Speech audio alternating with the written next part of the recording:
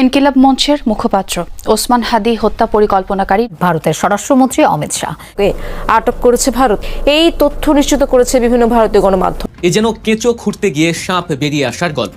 আপনি কি প্রস্তুত সত্যের মুখোমুখি হতে? তবে কান পেতে শুনুন। আজ মমতা ব্যানার্জি সেই অভিযোগেরই সত্যতা কিন্তু আজকে প্রমাণ হয়ে গেল। মমতা ব্যানার্জি তার সত্যতা প্রমাণ করলেন। অবশেষে আটক হলেন ভারতের কেন্দ্রীয় স্বরাষ্ট্রমন্ত্রী অমিত শাহ। আজ মমতা ব্যানার্জি তার উপরে যখন অত্যাচারের স্টিম রোলার চালানো হচ্ছে, মমতা ব্যানার্জি হেরে যাবার পরে তিনি এই কথাটি বলে ফেলেছেন। এটা আসলেই হত্যাকাণ্ড নাকি ভারতীয় গোয়েন্দা সংস্থা রয়ের একটি সুপরিকল্পিত মিশন, যেটা অলরেডি ফাঁস করে দিয়েছেন মমতা, যে এই খুনটা আসলে ভারতের কেন্দ্রীয় সরকারই করিয়েছে। শাব্বাস মাননীয় প্রধানমন্ত্রী তারেক রহমান, শাব্বাস। এই না হলে আপনি বেগম খালেদা জিয়া এবং শহীদ রাষ্ট্রপতি জিয়াউর রহমানের সুযোগ্য সন্তান। ওয়াও, ব্যাপারটা খুবই ভালো লাগলো। এন্ড ধন্যবাদ জানাই মাননীয় প্রধানমন্ত্রী তারেক রহমান সাহেবকে। দারুণ দারুণ। কথায় বলে ঠেলার নাম বাবাজি, ঘটনাটা তাইছে। হঠাৎ করে নাটকীয়ভাবে রাষ্ট্রপতি হওয়ার দৌড়ে কয়েক ধাপ এগিয়ে গেলেন সাবেক মাননীয় প্রধান উপদেষ্টা প্রফেসর ডক্টর মোহাম্মদ ইউনূস। আসসালামু আলাইকুম প্রিয় দর্শক, অন্য মঞ্চের আলোচনায় আপনাদের সকলকে আমন্ত্রণ। মাসুদ কার কার নাম বেরিয়েছিল, আজ গভর্নমেন্ট চেঞ্জ হলেও মনে রাখবেন আমি তো সবটাই জানি। পিছনে বেশ কিছু কারণ আছে, কারণ আমি তার প্রচারণায় ছিলাম। দর্শক, স্ক্রিনের শুরুতেই যে বক্তব্যটি শুনছিলেন, এটি ভারতের পশ্চিমবঙ্গের সাবেক মুখ্যমন্ত্রী এবং বর্তমান বিরোধী দলীয় নেত্রী মমতা বন্দ্যোপাধ্যায়ের। একটি জনসভায় দাঁড়িয়ে তিনি এমন এক বিস্ফোরক বোমা ফাটিয়েছেন যার পরতে পরতে লুকিয়ে আছে এক বিশাল আন্তর্জাতিক ষড়যন্ত্রের গন্ধ। আর এই একটি মাত্র বক্তব্যেই রীতিমতো এপার বাংলা থেকে ওপার বাংলা দুই বঙ্গেই দাও দাও করে আগুন লেগে গেছে।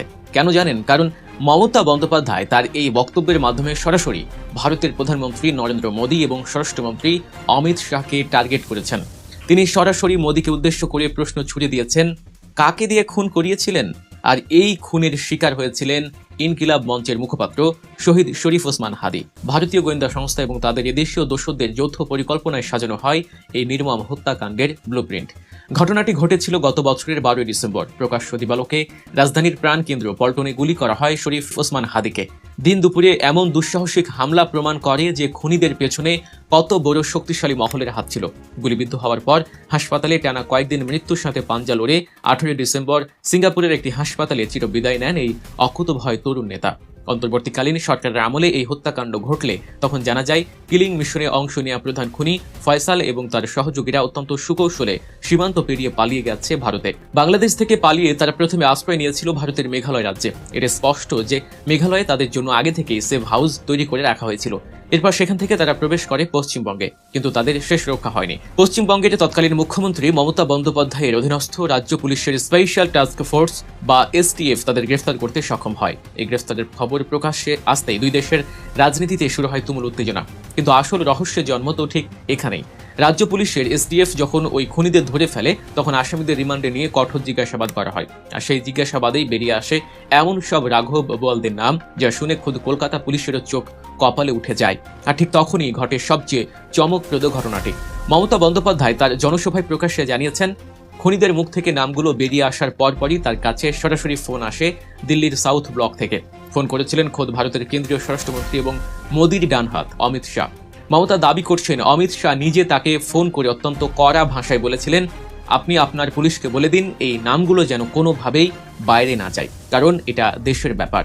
দর্শক, একটু ঠান্ডা মাথায় চিন্তা করুন। বাংলাদেশের একজন ছাত্র নেতাকে হত্যার পর সেই খুনিরা ভারতে পালানোর পর যখন ধরা পড়ে, তখন ভারতের স্বরাষ্ট্রমন্ত্রী কেন তাদের বাঁচাতে বা আসল নির্দেশদাতাদের নাম আড়াল করতে এতটা মরিয়া হয়ে উঠবেন? কাকে দিয়ে এই খুন করানো হয়েছিল? কেন অমিত শাহ এই বিষয়টি ধামাচাপা দিতে চাইলেন? এর মানে কি এই নয় যে শরীফ ওসমান হাদি হত্যাকাণ্ডের সাথে সরাসরি নরেন্দ্র মোদীর কোনো না কোনো গভীর যোগসাজশ রয়েছে? তারা কি ভয় পাচ্ছিল যে খুনিদের জবানবন্দিতে দিল্লির ব্লু প্রিন্ট ফাঁস হয়ে যাবে? ভারতের ইন্ধনে এবং বাংলাদেশের ভেতরের কিছু কুলাঙ্গার সহযোগীদের মাধ্যমে যে এই হত্যাকাণ্ড ঘটানো হয়েছে, এটা আজ মমতা বন্দ্যোপাধ্যায়ের কথাতেই পরিষ্কার। নরেন্দ্র মোদী এবং তার সরকার সরাসরি এই হত্যার দায় কোনোভাবে এড়াতে পারে না। বাংলাদেশের ভেতরের কিছু মির্জাফর যারা সবসময় দিল্লির দালালি করে এসেছে, তাদের মাধ্যমেই মোদী সরকার এই কিলিং মিশন বাস্তবায়ন করেছে। মমতা বন্দ্যোপাধ্যায় আরও একটি ভয়ঙ্কর কথা বলেছেন। তিনি বলেছেন, আমি নামগুলো বলছি না কারণ আমি চাই না আমার দেশের কোনো ক্ষতি হোক। আমি নামগুলো বলে দিলে বাংলাদেশের লোক উত্তাল হয়ে যাবে। এই একটি বাক্যেই কিন্তু অনেক বড় একটি সমীকরণ লুকিয়ে আছে। মমতা বোঝাতে চেয়েছেন নির্দেশদাতাদের নামগুলো এতটাই হাই প্রোফাইল বা এমন কোনো ভারতীয় গোয়েন্দা সংস্থার উচ্চপদস্থ কর্মকর্তাদের সাথে জড়িত, যা প্রকাশ্যে এলে বাংলাদেশ এবং ভারতের মধ্যকার সম্পর্ক চিরতরে ছিন্ন ভিন্ন হয়ে যেতে পারে। বাংলাদেশের মানুষ এমনিতেই ভারত বিরোধী সেন্টিমেন্টে ফুঁসছে, আর তার উপর যদি অকাট্য প্রমাণ সহ এটা পরিষ্কার হয়ে যায় যে বাংলাদেশের মাটিতে একজন জনপ্রিয় তরুণ নেতাকে হত্যার নির্দেশ সরাসরি নরেন্দ্র মোদীর ইশারায় দিল্লি থেকে এসেছিল, তবে বাংলাদেশ জুড়ে যে তীব্র ভারত বিরোধী আন্দোলন শুরু হবে তার সামাল দেওয়ার ক্ষমতা হয়তো দিল্লিরও থাকবে না। এটা নিশ্চিত যে মমতা বন্দ্যোপাধ্যায় যদি কোনো একদিন রাজনৈতিক চাপে বা ক্ষোভে সত্যি এই নামগুলো প্রকাশ করে দেন, তবে ওই দিনই দুধ কা দুধ আর পানি কা পানি হয়ে যাবে। মোদী সরকারের আসল চেহারা পুরো পৃথিবীর সামনে উন্মোচিত হয়ে যাবে। হঠাৎ করে নাটকীয়ভাবে রাষ্ট্রপতি হওয়ার দৌড়ে কয়েক ধাপ এগিয়ে গেলেন সাবেক মাননীয় প্রধান উপদেষ্টা প্রফেসর ডক্টর মোহাম্মদ ইউনূস। মুহূর্তের মধ্যেই রাজনীতিতে নতুন একটা দৃশ্যপট হাজির হয়েছে। আমরা দেখতে পাচ্ছি বড় ধরনের পরিবর্তন। খলিলুর রহমান পররাষ্ট্রমন্ত্রী থেকে খুব শীঘ্রই বিদায় নেবেন বলে মনে হচ্ছে, এবং বিএনপি সরকারের আন্তর্জাতিক সম্পর্কেও বড় ধরনের পরিবর্তনের আভাস।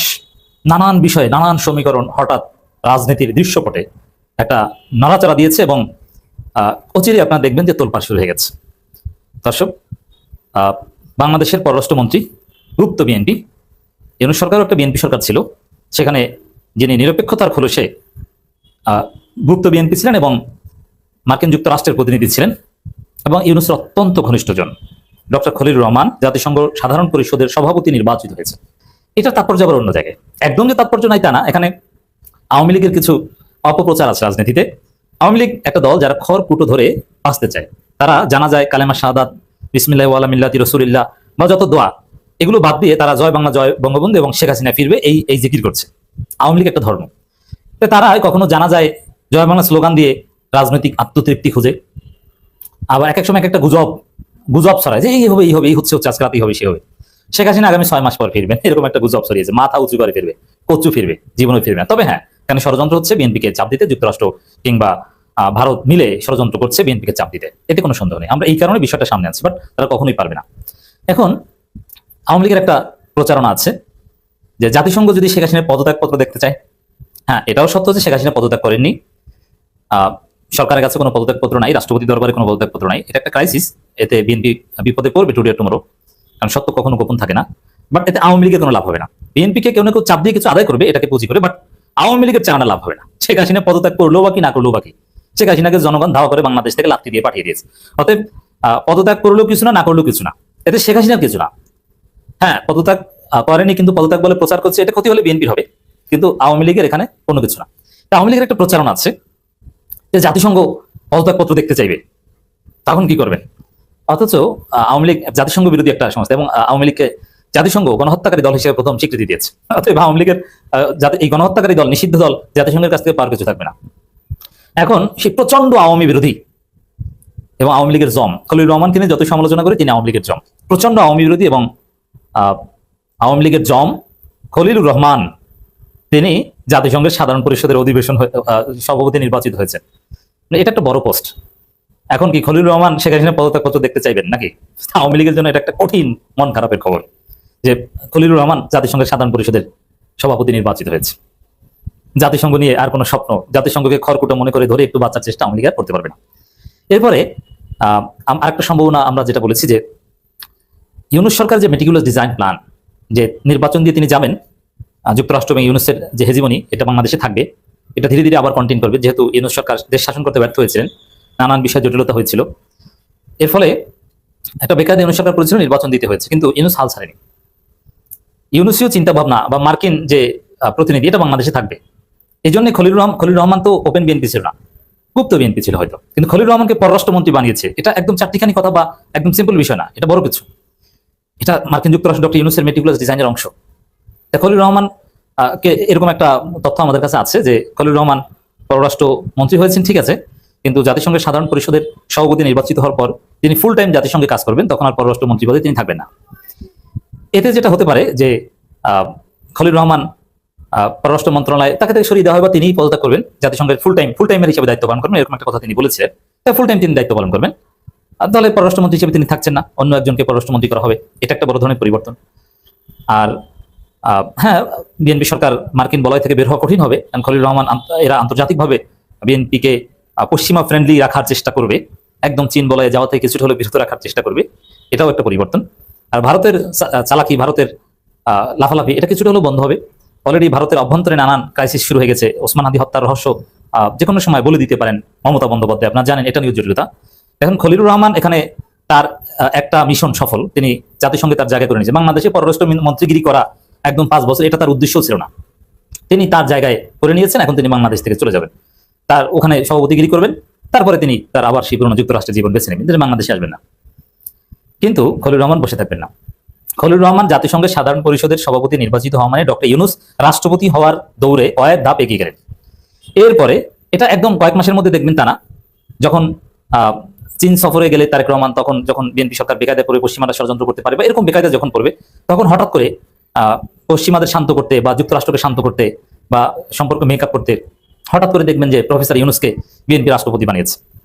এটা আগামী 1 বছরের মধ্যে আপনারা দেখবেন। তবে বিএনপি ক্রাইসিসে পড়লে দ্রুত করবে, আর ক্রাইসিসে না পড়লে কমপক্ষে 1 বছর পর বা চুক্তির মেয়াদ শেষ হওয়ার পর ইউনূসকে রাষ্ট্রপতি বানাবে। এটা আরো স্পষ্ট হলো এই খলিলুর রহমানের জাতিসংঘের সাধারণ পরিষদের সভাপতি নির্বাচিত হওয়ার মধ্য দিয়ে। সাব্বাস মাননীয় প্রধানমন্ত্রী তারেক রহমান, সাব্বাস। এই না হলে আপনি বেগম খালেদা জিয়া এবং শহীদ রাষ্ট্রপতি জিয়াউর রহমানের সুযোগ্য সন্তান। প্রতিষ্ঠানের নাম পরিবর্তন করে মায়ের নাম রাখতে রাজি হননি প্রধানমন্ত্রী তারেক রহমান। ব্যাপারটা তো পুরাই জোস। এই বাংলাদেশেই তো আমরা অতীতে দেখেছি, রাস্তার নামে বাবার নাম, স্টেডিয়ামের নামে বাবার নাম, হসপিটালের নামে বাবার নাম সহ বাংলাদেশের বিভিন্ন জায়গায় শুধু বাবার নামে অমুক তমুক কিছু হতে দেখেছি। অথচ বিএনপি সরকার গঠন করার পর প্রধানমন্ত্রী হিসেবে তারেক রহমান ক্ষমতায় আসার পর তিনি তার মায়ের নামে অন্য নাম পরিবর্তন করে প্রতিষ্ঠানের নাম রাখতে রাজি হননি। এ বিষয়ে বিস্তারিত জানিয়ে নিউজ প্রকাশ করেছে দৈনিক প্রথম আলো। বাংলাদেশের অন্যতম জনপ্রিয় পত্রিকা প্রথম আলো এই খবরটি ছেপেছে। এখানে প্রথম আলো এই খবরের শিরোনাম করেছে, প্রতিষ্ঠানের নাম পাল্টে মায়ের নাম করতে রাজি হলেন না প্রধানমন্ত্রী। মূল খবরে বলা হচ্ছে, ঢাকার কেরানীগঞ্জ কারিগরি প্রশিক্ষণ কেন্দ্রের নাম পরিবর্তন করতে প্রধানমন্ত্রীর দপ্তরে প্রস্তাব পাঠিয়েছিল প্রবাসী কল্যাণ ও বৈদেশিক কর্মসংস্থান মন্ত্রণালয়, কিন্তু প্রস্তাবে সম্মত হননি প্রধানমন্ত্রী তারেক রহমান। কেরানীগঞ্জ কারিগরি প্রশিক্ষণ কেন্দ্রটি 2006 সালে ঢাকার কেরানীগঞ্জের হজরতপুরে প্রতিষ্ঠিত হয়। এটি জনশক্তি কর্মসংস্থান ও প্রশিক্ষণ ব্যুরোর BMET অধীন পরিচালিত একটি কারিগরি প্রতিষ্ঠান। প্রধানমন্ত্রীর কার্যালয়ের একটি সূত্রে জানা গেছে, প্রবাসী কল্যাণ মন্ত্রণালয় ঈদুল আজহার আগে কেরানীগঞ্জ কারিগরি প্রশিক্ষণ কেন্দ্রের নাম পরিবর্তন করে সাবেক প্রধানমন্ত্রী খালেদা জিয়ার নামে করার প্রস্তাব পাঠায়। ওই সূত্রের দাবি, আজ মঙ্গলবার প্রধানমন্ত্রী প্রবাসী কল্যাণ মন্ত্রণালয়ের প্রস্তাব অনুমোদন করেননি।